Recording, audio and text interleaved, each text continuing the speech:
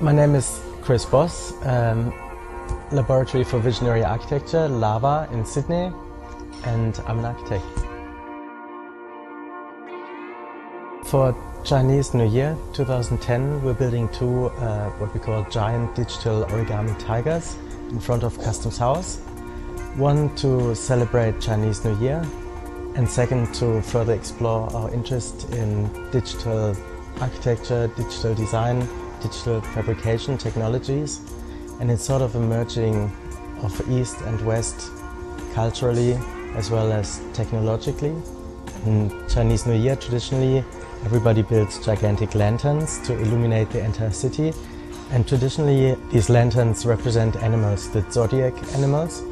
And we've taken this approach and sort of translated it into a Western environment in a way, and into new design technologies.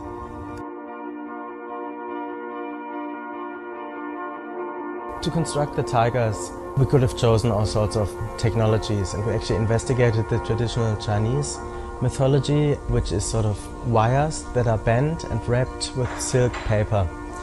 And that silk paper is then illuminated from the inside with many sort of light bulbs.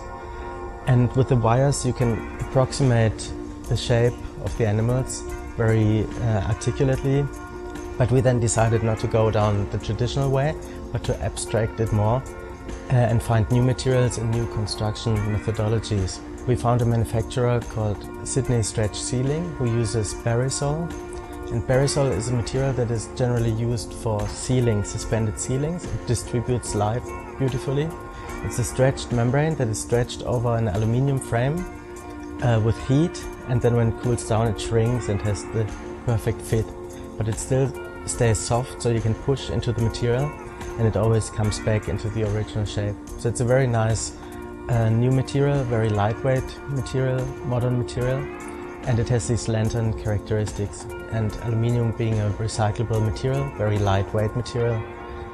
So the overall tigers only weigh 150 kilos, so they can be lifted by 2 people, but they have the size of a truck, 8 meters by 3 meters.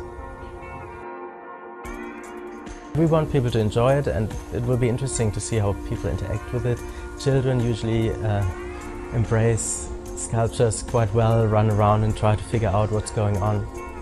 At night the tigers are brightly lit like the traditional Chinese lanterns, and the light will pulsate and change and breathe, and I think that will be interesting.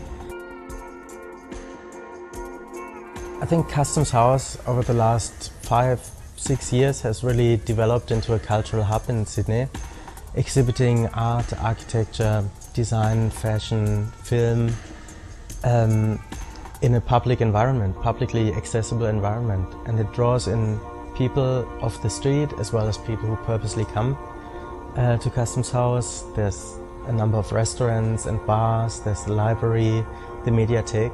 So it's a very active, vibrant way, and a way to connect to the public that usually wouldn't necessarily connect with you